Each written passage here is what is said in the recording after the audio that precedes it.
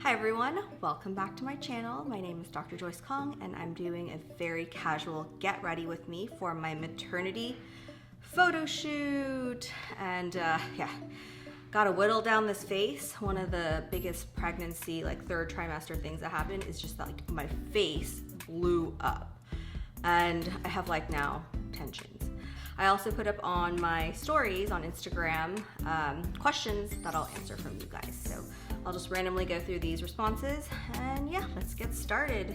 The first question is this your first and last baby or do y'all plan to have more kids? Ever since I was little, I really wanted kids. I always imagined having 2 kids, a boy and a girl. And then once I got a little older and I was even married, having kids really like overwhelmed me. Like the years would pile up. I'd be like 32, 33, and then I turned 34, which I'm 34 now. And then I would be like, oh my God, how come I don't feel ready? When I turned 34, which is this year, I told Byron, I'm gonna start trying because I know like deep down inside I do want kids. Even if I'm not 100% ready, I don't wanna like miss out on this, window, because like as you get older, it gets harder and harder to have kids. I mean, that's like just something that's always been weighing on me, and I didn't want to put myself in that position. And in fact, I was already afraid that I put myself in that position. So I was like, this year I'm gonna start trying, whether I'm ready or not, because I do know that I'll regret it if I don't. And the funny thing is, everyone kept telling me like, oh, once you have kids, like your life will change. And I was like, I don't want my life to change. My life is so on track, like with my career and everything. So last year I actually like sat down and I reevaluated the things that make me feel really fulfilled and the things that don't. And one of the things that I had to cut is teaching at USC. So anyways, I'm having a boy right now and then I want to have a girl later. I'm gonna use this foundation. What I did first was I did a primer by Dr. Brandt so that there's a clean canvas, and then I'm gonna put this foundation, probably a few more drops than I normally would. I really want my makeup to, I don't know, I have this idea that I'm gonna sculpt a new face with my makeup.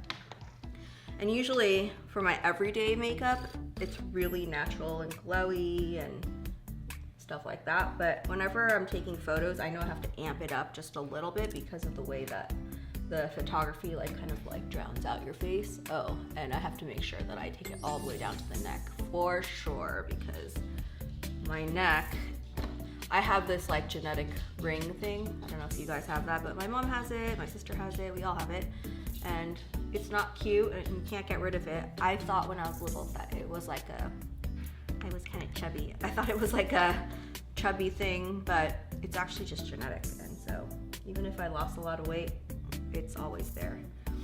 Let's do some concealer. This is the Too Faced Born This Way concealer in shade light beige. I'm gonna conceal quite a bit. So here, we're gonna sweep that up. And I usually don't put this much. But again, I really am feeling the need to. There. And probably like she's just concealing her entire face.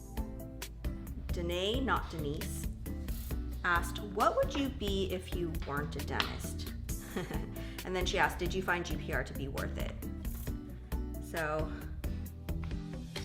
that's a funny question, because if I weren't a dentist, the number one thing that I always wanted to be other than that is to be like a voice actress, which I didn't know the job was a voice actress. I always wanted to be like the voice of a cartoon character. Like when I was growing up, I loved Sailor Moon. So I always wanted to be like that voice. I was like, somebody has to be playing that voice and that could be me. So that was what I really wanted to be. And then the other question was, did you find GPR to be worth it? Again, it's like one of those things where you're like, how do you define worth it? Because for me, I don't use any of the things that I learned in GPR actually in private practice. For those of you who don't know, GPR is a general practice residency. It's a hospital-based residency after dental school. So I did a year of that, and I was at Jacoby Medical Center, which is a level 1 trauma center, and let me tell you, there was a lot of trauma there. There was like a lot of gunshot wounds and like machetes to the face, and you're probably wondering, how does dentistry fit into that in that hospital structure? Well, I had no idea, but when you're a dentist, you're underneath oral surgery. So anytime you get, there's 2 types of calls. One is dental call, so like that's like your average call where if they have something like an abscess in the mouth, where they can't figure it out, they'll call you as the dentist on call. But there are a few times that you're under trauma call, and that is being an oral surgery minion. And that's when you get like those serious lacerations in the face. I was not prepared for that at all as a dentist, like young dentist straight off the plane from California. I did get a lot of really good experience in oral surgery because I helped out in oral surgery quite a bit. They were always understaffed. And during lunch, I would go over there and help them out. Not that I loved oral surgery, but I loved the oral surgeons that were there. They were awesome. Like, just the people at Jacoby in the oral surgery department, they were just like really great people. And you know, you just always feel bad that they're always running behind because they don't have enough staff. So I would go over there and help out, and then I guess it's also a good experience, but like I literally don't do any of that stuff as a general dentist. Like as a cosmetic dentist, I don't suture back people's faces. I just make people pretty. Like it's a very it's the least emergency type of procedure that you could do. So the good thing about GPR is that I did improve my speed. So in dental school, you're basically doing procedures really, really slowly, like a crown in 3 to 4 hours. And GPR just started giving the volume. It started introducing volume to you so that you could start picking up the speed. I'm going to bronze the face quite a bit. So it's gonna look really muddy even. Blend this out. In real life, it's probably not going to look that great, but potentially in photos, it'll help the camera pick up my jawline. So Asian Plastic Surgery asked me dating advice, please. You're my inspo. Oh my God, I have no dating advice, you guys. If I could only tell you how boy crazy I was and how you shouldn't do anything that I did in life when it comes to dating. I'm really lucky to have like a good husband like Byron. I recognize that, but journey, dating, not easy.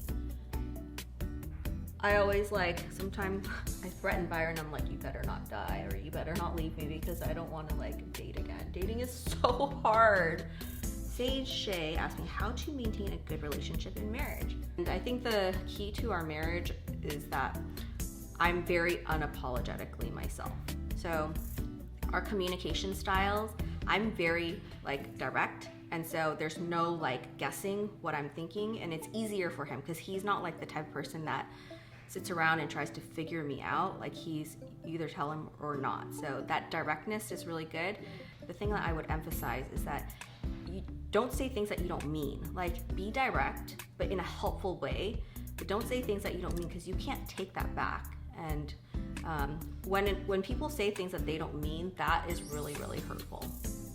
Because I'm the type of person, if you said something to me, I'll remember forever. The Gentle Tooth says 3 things you wish you knew about pregnancy. Growing a belly. I don't know how I'll adapt in the future. 3 things you wish you knew about pregnancy. I'm so glad I knew nothing about being pregnant. If you guys watch my vlog, I just one day woke up and I found out I was pregnant. I think that's the best way to go. For too long, I was scared to be pregnant for way too long because all my friends would tell me how scary it is or I don't know. It's I can tell they're happy, but the situations they tell me, it's I don't want to deal with that stuff. So I'm glad I didn't know anything. I'm glad I don't know anything. Contouring the nose is quite important. I think this person's a dentist. She's asking about growing a belly. Growing a belly is super fun. I didn't have any nausea or anything, so that's one of the good things. I kept working. But even now, the belly's big. I'm just waddling around the office, doing dentistry. It's good. I'm pretty sure December, right before I pop, it's gonna be a little harder, but I'll let you guys know how it is. And you will adapt, you know. Women are made out of something else. Women are very, very strong. R. Sayema says, you should do a what I eat in the day while pregnant video. I should do that one. It's a good video. I tend to not do what I can eat in a day because I feel like people are very judgy about what people eat. For me, it's changed since the first day that I thought pregnant to now. And I have to say, it's not the healthiest. So my main meal is dinner, and Byron always prepares us dinner on Tuesdays. We always have tacos. I've been pretty vegetarian as a pregnant person. I just think I couldn't tolerate meat throughout my entire pregnancy. These days I can tolerate more meat, so he's introducing a little bit more. I think I just want a little bit more meat because I feel kind of like tired as a pregnant person in the 3rd trimester. And in the morning, I go to Starbucks and I just buy whatever I want, like usually a breakfast sandwich of some sort. I take lots of snacks to work with me, mostly apples. If you follow me on Instagram, you guys know I'm like addicted to apples, and especially like fancy apples right now. I have a weird sort of addiction to that. There's something like really delicious about a very cold apple. I have my eyebrows microbladed. I cannot wait until I'm not pregnant anymore so that I can get it retouched because it's sort of fading, and I love having the brows microbladed. It's like the best thing ever. By the way, if you are in the OC area and you're looking for someone, I went to Cecile's Brow Bar. Her name's Cecile Brow Bar on Instagram, and she's awesome. It's funny because she was one of the first people to start following me on Instagram, and I saw that she had a brow business, and she didn't even like have many photos up, but the few photos that I saw, I was like, she's good at what she does. And I just took a chance and I signed up and I went to her, and now she's like crazy blowing up. She is teaching other people how to do their brows, and she just opened her own studio.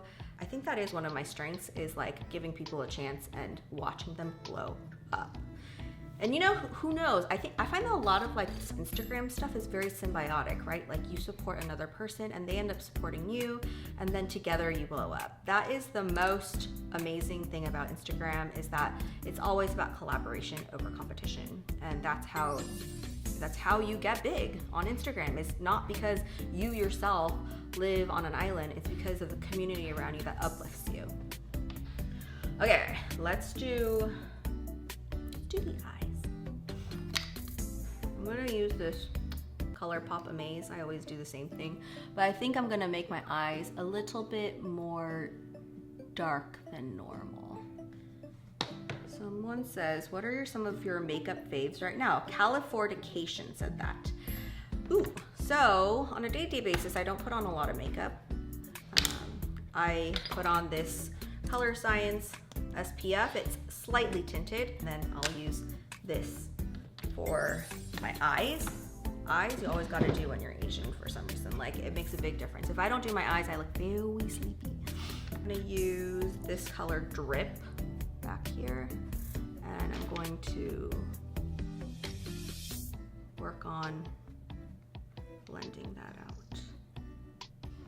So I have hooded eyes, and so the places where I put all my eyeshadow are slightly above the actual crease, so that when I open and it hoods over, it doesn't look as like disappeared, if that makes sense. If you have hooded eyes, you know what I'm talking about. Mad Cylin says, thoughts on night guards from a store for clenching. My thoughts on night guards from a store, I actually have a TikTok on that, is that obviously when you get a professional night guard from a dentist, it's way more expensive. And then you look up night guards on like Amazon, it's like $10.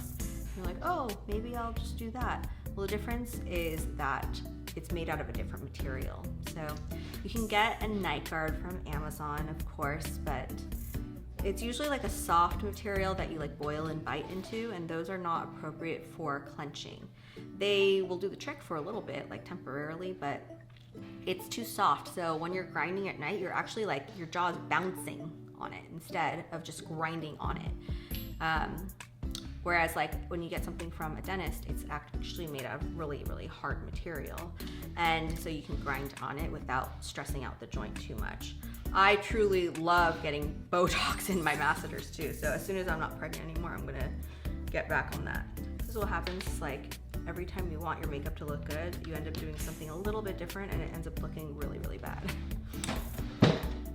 Okay. Ooh, do I like this? I'm gonna use this guy and start working on my outer eye.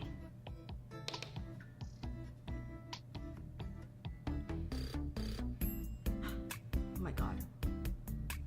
Okay, it's not the worst thing. Just gonna blend that out. I'm just gonna use Hula.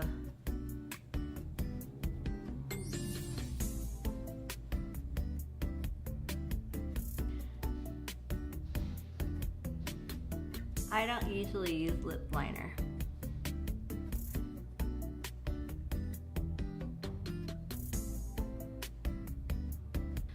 So I'm gonna line my eyes. I just do from the halfway point out and cat eye always. So I just make a line like that and then I connect it to the bottom. This may seem really weird. It took me a long time to get to the shape for my eye. Because it's like a non-traditional shape, I would say, but this is the liner that works for my eye because I have the hooded eye, like I was saying. So if I do it the way that the people on YouTube do it, it just like folds over and it disappears. I think I'm gonna use these Kiss blowout lashes.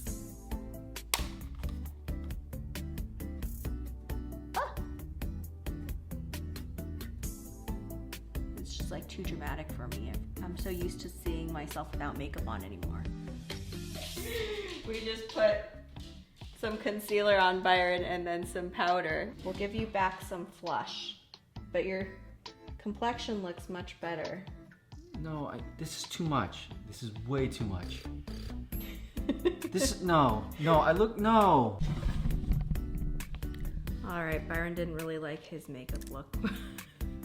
But this is my whole outfit. This is from Amazon. Thank God it got here on time because the other dresses didn't. I also got this flower crown thing on Amazon. I bought one off Etsy, but it wasn't gonna get here on time either. I have it. I mean, I feel like I just look huge, you know? Like sometimes I don't feel very cute, but I guess when you're pregnant, you're huge. It's like a thing.